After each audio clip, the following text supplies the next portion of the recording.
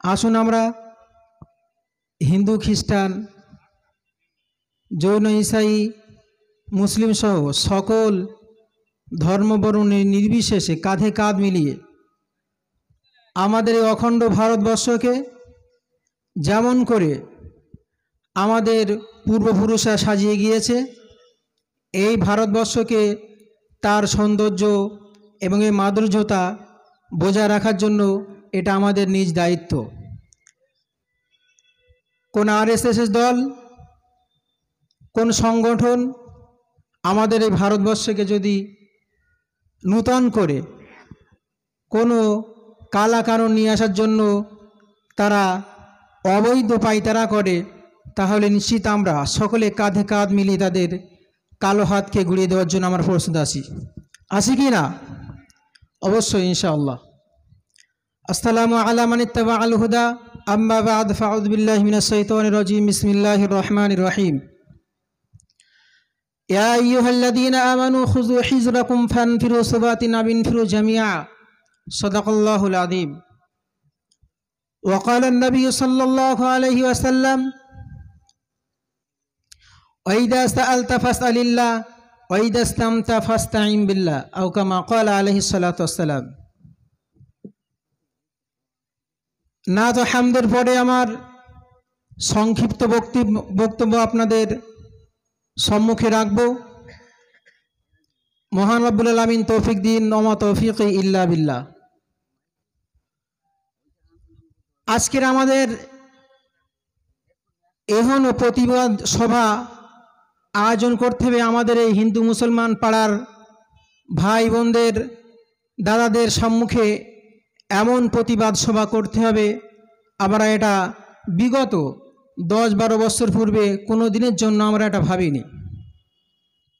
আপনি দেখুন, যেদিন থেকে আমাদের এই ভারতবর্ষে বিজেপি সরকার গদ্দিনে আসীন হয়েছে, সে দায়িত্বভার পেয়েছে, তারপরের থেকেই এই হিন্দু মুসলিম মারামারি কাটাকাটি এবং হিংসা পরশ্রী কাতরতা আমাদের মধ্যে বিভিন্ন প্রকারে ফুটে উঠছে। আমরা ইতিপূর্বে কাঁধে কাঁধ মিলিয়ে এক অপরের অনুষ্ঠানে আমরা সকলেই সহযোগিতা এবং সকলেই সেখানে আমরা উপস্থিত হওয়ার জন্য কুণ্ঠবোধ করতাম না। কিন্তু এখন এই আরএসএস এবং বিশেষত বিজেপি সরকার আসার পর থেকেই আমাদের এই অখণ্ড ভারতকে বিভক্ত করার জন্য তারা পায়তারা করছে। মূলত পক্ষে তারা আমার এই ভারতবর্ষের যে সংবিধান সেটাকে পাল্টানোর জন্য তারা যে অবৈধ পায়তারা করছে, এটা কিন্তু অনেক অনেক বহু আমার অমুসলিম ভাইরা তারা মন থেকে মেনে নিতেই পারছে না।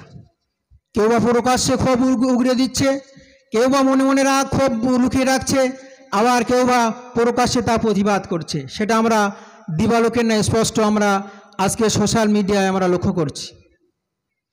কিন্তু বড্ড দুঃখ আর ভারাক্রান্ত বিষয়, আমার অমুসলিম ভাইরা তারা প্রতিবাদ করছে, মিছিল করছে, আমাদের সঙ্গে সহমত পোষণ করছে, কিন্তু আমাদের জাতি ভাইরা অনেকে আছে তারা আমাদের সঙ্গে প্রতারণা করছে, গাদ্দারি করছে। আপনারা দেখুন, আমাদের পূর্বে সেই ইতিহাস মনে রাখতে হবে।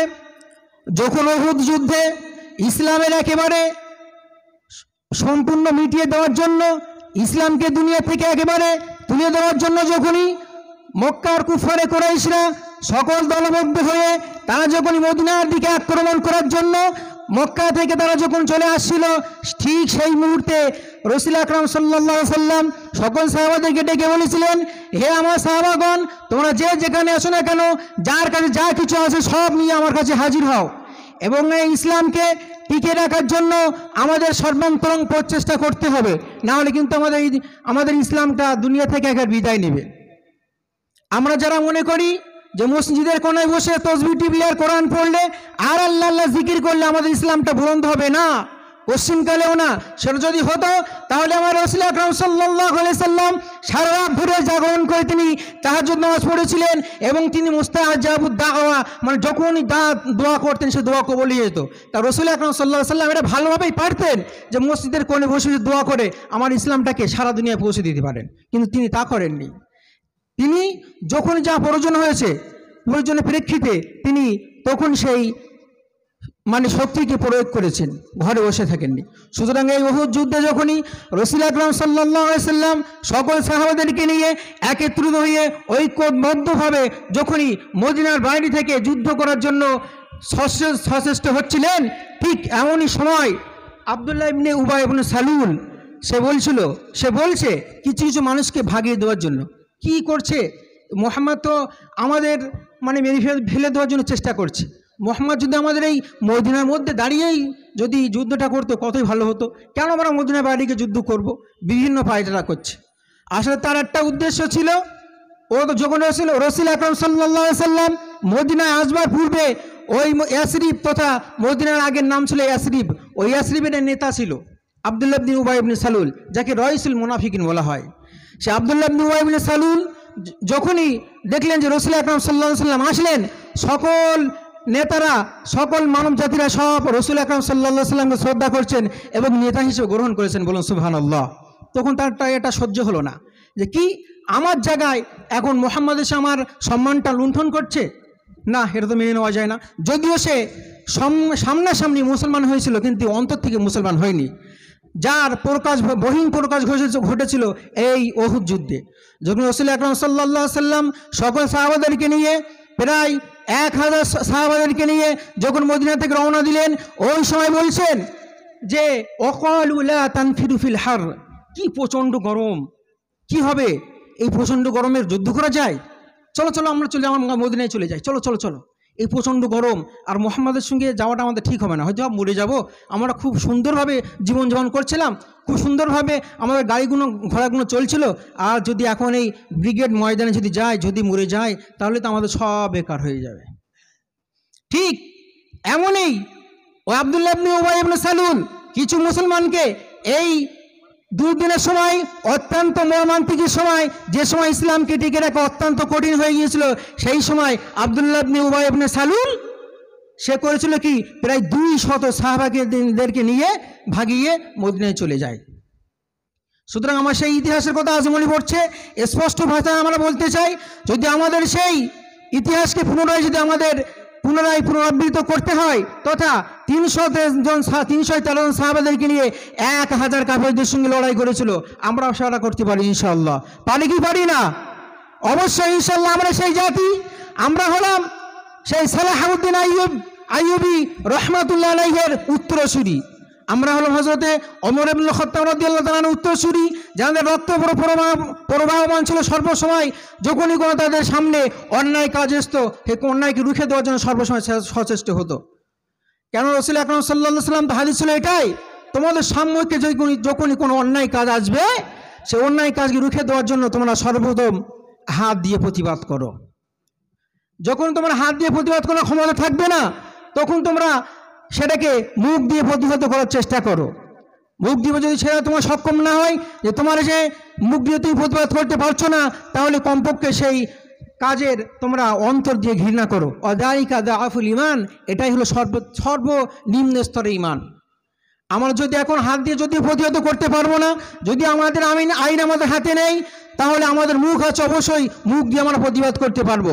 আর যাদের মুখ নেই, মুখ থাকার পরও যারা চুপ থাকছে, তারা কমপক্ষে সমর্থন করে এই 26শে এপ্রিল ব্রিগেডে যাওয়ার যে সমাবেশকে ঐক্যবদ্ধভাবে সকল মুসলমান নেতা নেত্রী এক জায়গায় হয়ে সকল আমাদের মুসলমান জাতি ভাই এবং অন্য জাতি ভাইরা সকলে কাঁধে কাঁধ মিলে যে 26শে এপ্রিল ব্রিগেড ময়দান, প্যারেড ময়দানে আমাদের যাওয়ার জন্য আমাদের উত্তরসূরি তথা আমাদের বড় যারা তারা ডাক দিয়েছেন, আমরা এই সমাবেশকে সফল করার জন্য সর্বান্তম চেষ্টা করবো ইনশাআল্লাহ।